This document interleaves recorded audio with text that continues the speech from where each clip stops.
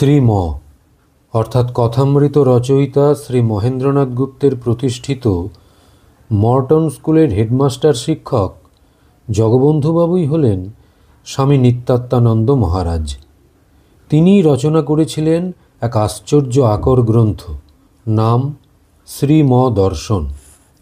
ভগবান শ্রী রামকৃষ্ণদেব সম্বন্ধে কিছু আলোচনা করতে গেলেই যেমন সর্বাগ্রে রামকৃষ্ণ কথামৃত পুস্তকটির নাম চলে আসে, তেমনি শ্রীমদর্শন পুস্তকটিও রামকৃষ্ণ ভাবান্দোলনে এক উল্লেখযোগ্য আকর গ্রন্থ। কি আছে পুস্তকটিতে? লেখক নিত্যাত্মানন্দ মহারাজের নিজেই জানিয়েছেন সেই বিষয়ে। তিনি বলছেন, এই পুস্তকে আছে পরমহংসদেব ও মায়ের কিছু নতুন কথা, আর তাঁদের স্বামীজি প্রমুখ অন্তরঙ্গ সন্তানদের কথা, আর আছে কথামৃতকার দ্বারা কথামৃতের ব্যাখ্যা, আর শ্রী রামকৃষ্ণ জীবনাবলোকে উপনিষদ, গীতা, ভাগবত, পুরাণ, বাইবেলাদি শাস্ত্রের আলোচনা। এহেন গুরুত্বপূর্ণ পুস্তক নিয়ে দু চার কথা বলতে গেলেই পাশাপাশি চলে আসবে স্বামী নিত্যাত্মানন্দ মহারাজেরও অনেক প্রসঙ্গ। তাঁকে শ্রীম অর্থাৎ মাস্টারমশাই জগবন্ধুবাবু বলে ডাকতেন। একটি পুস্তক লিখতে লিখতে কিভাবে এই জগবন্ধুবাবু রূপান্তরিত হলেন স্বামী নিত্যাত্মানন্দ মহারাজ রূপে, তাও আমাদের কাছে বেশ শিক্ষণীয়। এই সব কিছু নিয়েই আজকের আলোচনা। তবে আগে ঠাকুর মা স্বামীজিকে প্রণাম জানাই, নমস্কার জানাই ভক্তবৃন্দ আপনাদেরও। জগৎজননী মা সারদা চ্যানেলে আপনাদের সবাইকে স্বাগত। ভালো লাগলে একটু তাহলে সাবস্ক্রাইব, লাইক, কমেন্ট করে দেবেন।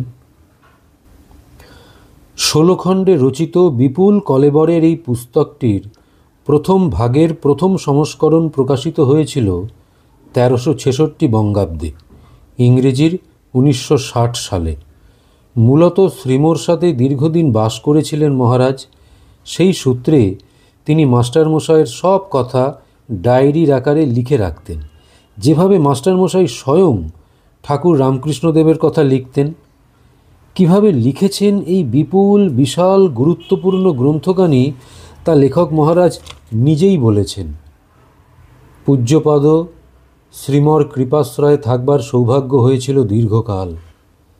সেই সময় যা প্রত্যক্ষ দেখতাম ও শুনতাম, তাই নিজের দৈনন্দিন ডায়েরিতে গোপনে লিখে রাখতাম, নিজে পড়তাম ও পরে ভক্তগণের আগ্রহে তাদের শোনাতাম।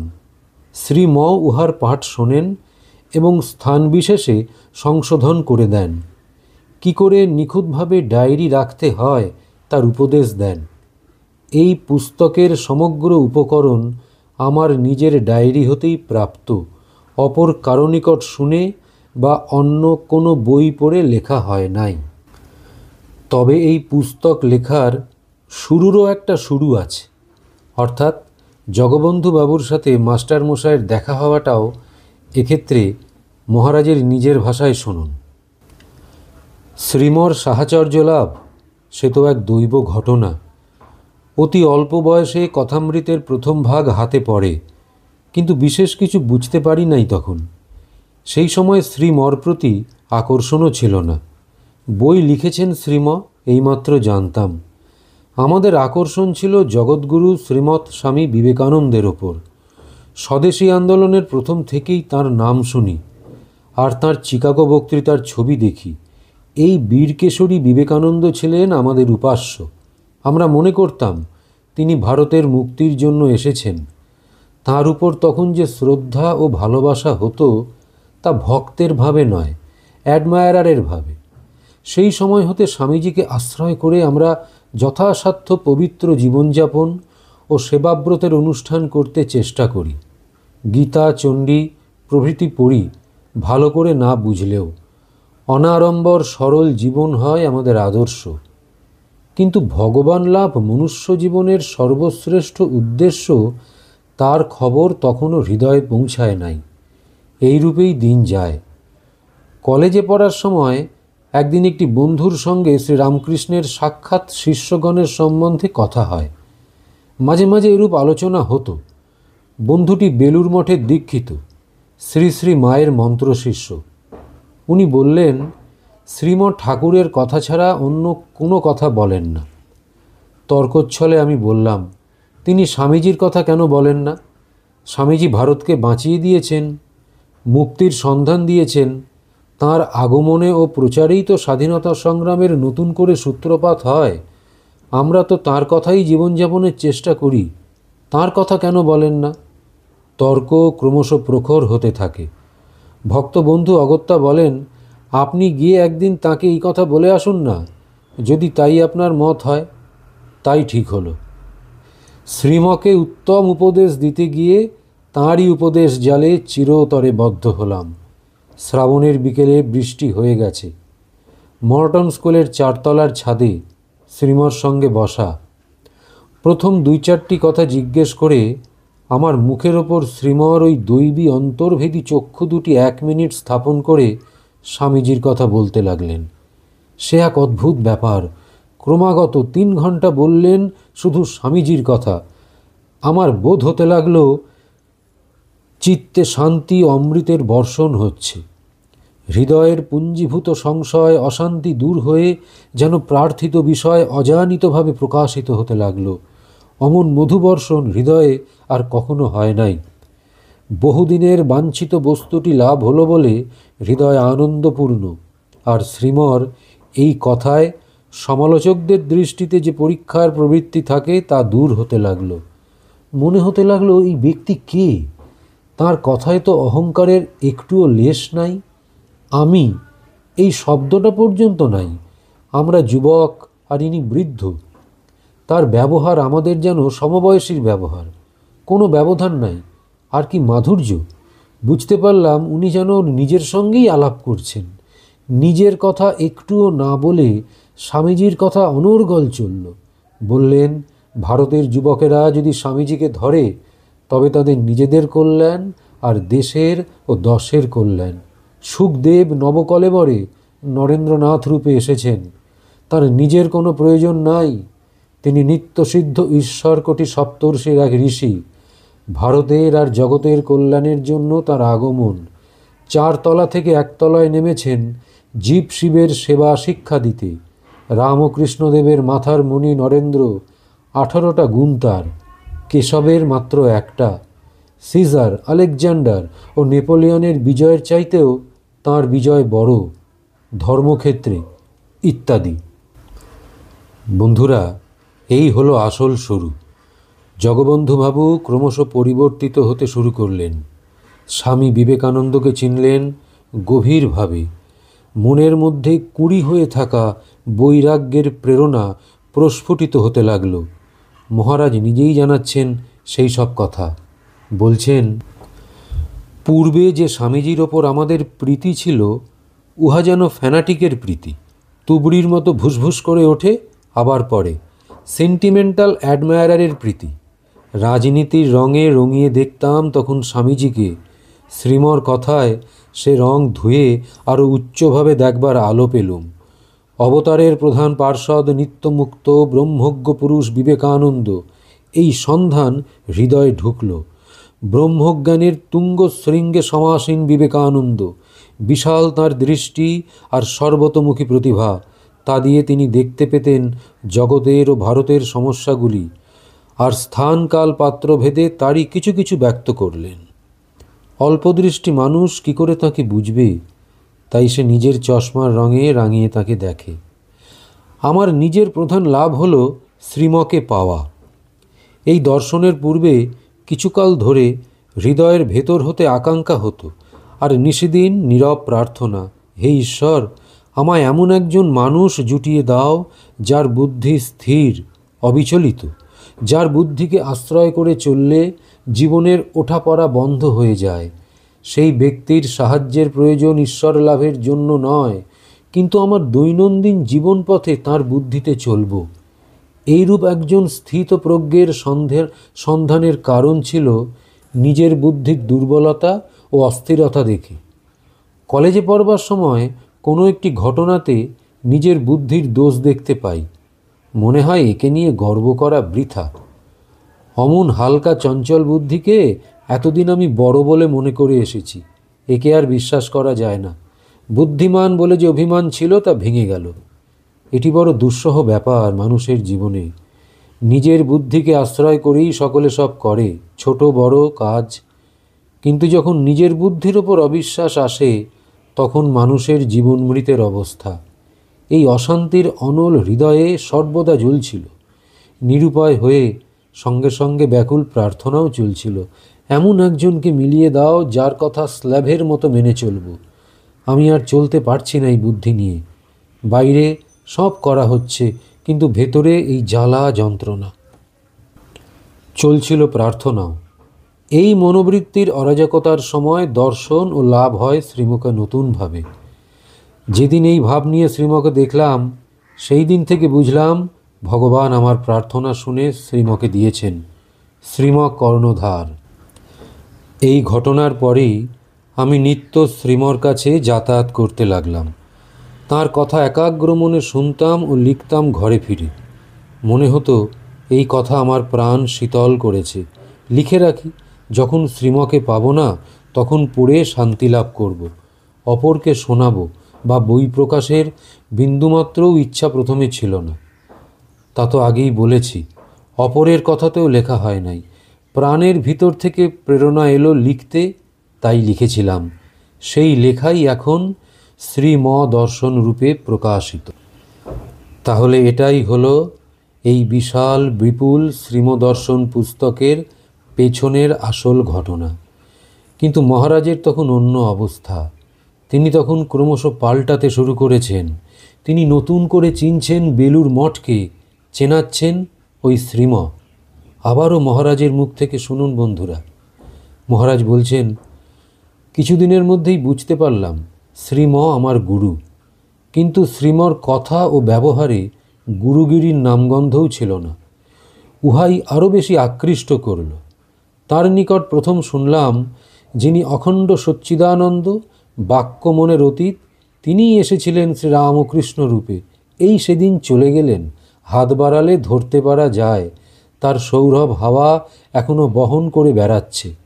আর শুনলাম ঠাকুরের প্রতিজ্ঞা, যে আমার চিন্তা করবে সে আমার ঐশ্বর্য লাভ করবে, যেমন পিতার ঐশ্বর্য পুত্র লাভ করে। আর চিনলাম মঠকে নতুন করে। শ্রীরামকৃষ্ণ বিবেকানন্দ মঠ এসব পূর্বে এক দৃষ্টিতে দেখতাম, শ্রীমর কৃপায় এখন অন্য দৃষ্টিতে দেখতে লাগলাম। শ্রীরামকৃষ্ণ যুগাবতার, নরেন্দ্রাদি সাঙ্গপাঙ্গ, যেমন চৈতন্যদেব ও তাঁর সাঙ্গপাঙ্গ। শ্রীরামকৃষ্ণ প্রচারের প্রধান কেন্দ্র বেলুর মঠ। সন্ন্যাসীরা মানুষ হলেও ভিন্ন স্তরের মানুষ, আমাদের প্রণম্য। বেলুর মঠের এক অভিনব রং ধরিয়ে দিলেন শ্রীম, দেবভাবে মণ্ডিত করে।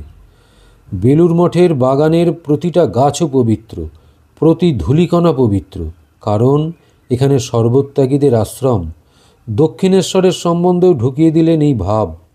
ভগবান 30 বৎসর নরলীলা করেছেন এই পুণ্যভূমিতে। ওখানকার ধূলিকণা বৃক্ষলতায় রয়েছে তাঁর দিব্য স্পর্শ। বৃক্ষগণ ওখানকার সব দেব ও ঋষি, লীলা সম্ভোগের জন্য এই রূপে রয়েছেন। তাই বুঝি শ্রীম দক্ষিণেশ্বরের বৃক্ষগণকে আলিঙ্গন করতেন। উৎসাহিত করে পরে জোর করে নিত্য মঠে পাঠাতে লাগলেন অতি প্রত্যুষে। শিখিয়ে দিলেন, মঠের ফটকে ভূমিষ্ঠ প্রণাম করে আর এই 4টি মন্ত্র উচ্চারণ করে ঢুকবে। 1. কায় মনোবাক্যে আশ্রম পীড়া করব না। 2. সাধুদের ধ্যান জপের সময় উল্লঙ্ঘন করব না। 3. সাধুদের ভিক্ষান্ন গ্রহণ করব না, কিন্তু প্রসাদ যেমন চরণামৃত অবশ্য চেয়ে নেব। আর 4.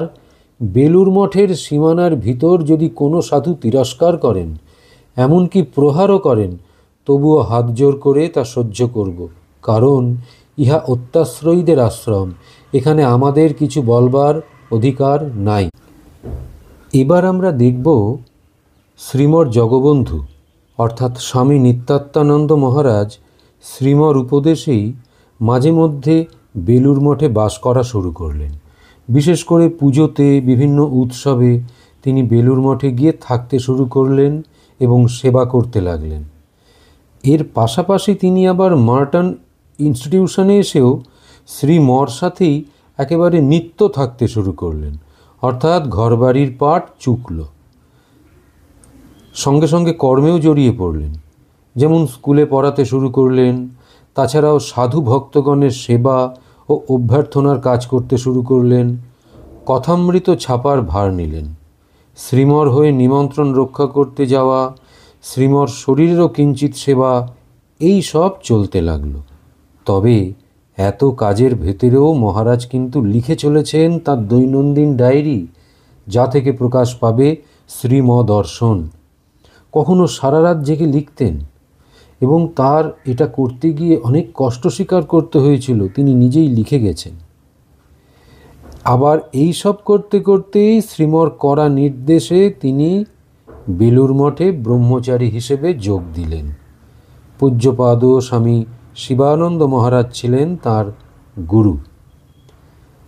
সন্ন্যাসী হবার পর বেলুর মঠের কাজে কখনো তাকে মাদ্রাজ আশ্রমে, কখনো দেওঘরের বিদ্যাপীঠে তাকে থাকতে হতো। এখন তাহলে প্রশ্ন উঠবে, এই শ্রীমদর্শন পুস্তকটি কিভাবে তাহলে প্রকাশিত হলো? সেটি এবার মহারাজের নিজের লেখা থেকেই আবার জানব। মহারাজ বলছেন, ভগবান শ্রী রামকৃষ্ণদেবের কৃপায় বহু বাধা বিঘ্নের পর শ্রীমদর্শন প্রকাশিত হল। উত্তরাখণ্ডে হিমালয়ে গঙ্গা তীরে পর্ণকুটিরে বাস, ভিক্ষান্নে উদর পূরণ, নির্জনে গোপনে ব্যাকুল হয়ে ভগবানকে ডাকার জন্য পূজ্যপাদ আচার্য শ্রীম তাঁর অন্তেবাসীদিগের প্রাণে জন্মাতেন গভীর প্রেরণা, অফুরন্ত উৎসাহ। ভারতের এই সনাতন মহান আদর্শ শ্রীরামকৃষ্ণের সন্ন্যাসী সন্তানগণের সঙ্গে তাঁর জীবনেও মূর্ত হয়েছিল। শ্রীমর দেহত্যাগের পর আমাদের জীবনে যখন সেই সুসময়ের আবির্ভাব হয়, আর তাঁরই শুভাশীর্বাদে ঋষিকেশে ভিক্ষাজীবী হয়ে অভূতপূর্ব সুখ শান্তির আস্বাদ পেলাম, তখন তার অমৃত কথার ভাণ্ডার, যা বহুকাল ধরে যক্ষের ধনের মতো পুঁটুলি বেঁধে রেখেছিলাম, সেই ডায়েরিগুলি আবার দেখতে লাগলাম। এখন এইগুলি আরও মূল্যবান, অধিক মধুর ও শান্তিদায়ক বলে বোধ হতে লাগল। ভালো খাতায় সুন্দর করে গুছিয়ে লিখতে আরম্ভ করলাম। বন্ধুগণ কৌতূহলী হয়ে খোঁজ নিলেন কি লিখছি, আর চেয়ে নিয়ে আগ্রহ পড়তে লাগলেন। ঋষিকেশবাসী ত্যাগী তপস্বীগণ পড়ে হলেন বিমোহিত। আরম্ভ হলো ভালো করে লিখে প্রকাশ করবার বারংবার অনুরোধ উপরোধ। এর পাণ্ডুলিপি প্রস্তুত হয় 1943 খ্রিস্টাব্দের বসন্তকালে ওই ঋষিকেশেই। তারপর তা শ্রীরামকৃষ্ণ মঠের বহু নবীন প্রবীণ সাধু ও ভক্তগণ আর অনেক বিদ্বান ব্যক্তি পড়েন ও শোনেন 3 বছর ধরে। তারা সকলে উহার প্রশংসা করেন, কিন্তু প্রকাশের ইচ্ছা থাকলেও উপায়ের অভাবে চেষ্টা হয় নাই। তখন যেন দৈববশে দার্শনিক প্রবর আচার্য মহেন্দ্রনাথ সরকার আসেন উত্তরাখণ্ডে। উনিও পাণ্ডুলিপি পড়ে মুগ্ধ হন এবং প্রকাশের জন্যে কলকাতায় নিয়ে যান। বাংলার রাজনৈতিক বিপর্যয়ে প্রকাশ হয়েও হয় নাই। ভগবানের ইচ্ছা ছাড়া কিছুই হবার নয়, তাই এতদিন পর উহা সাধারণের নিকট পৌঁছি। এই হলো এই বিশাল বিপুল মহাগ্রন্থ তৈরির প্রেক্ষাপট। আমার খালি মনে হয়েছে বন্ধুরা, এটা তো ঠিক স্বামী নিত্যাত্মানন্দ মহারাজের জন্মকথা নয়, তার জীবন নয়, কিন্তু একটি পুস্তক লিখতে লিখতে কিভাবে এক মহাপুরুষ অর্থাৎ শ্রীমর সাহাচার্যে জগবন্ধু নামক এক বালকের ক্রমাগত পরিবর্তন হতে হতে একেবারে স্বামী নিত্যাত্মানন্দ মহারাজ রূপে পরিবর্তিত হতে যাওয়া, এটি আমাদের কাছে খুব অনুপ্রেরণামূলক হতে পারে। তাই জন্যই এই বিষয়টি নিয়ে আপনাদের সাথে একটু আলোচনা করলাম। ভালো লাগলে সাবস্ক্রাইব, লাইক, কমেন্ট করবেন। আর কি বলবো, ঠাকুর মা স্বামীজি আপনাদের মঙ্গল করুন। নমস্কার।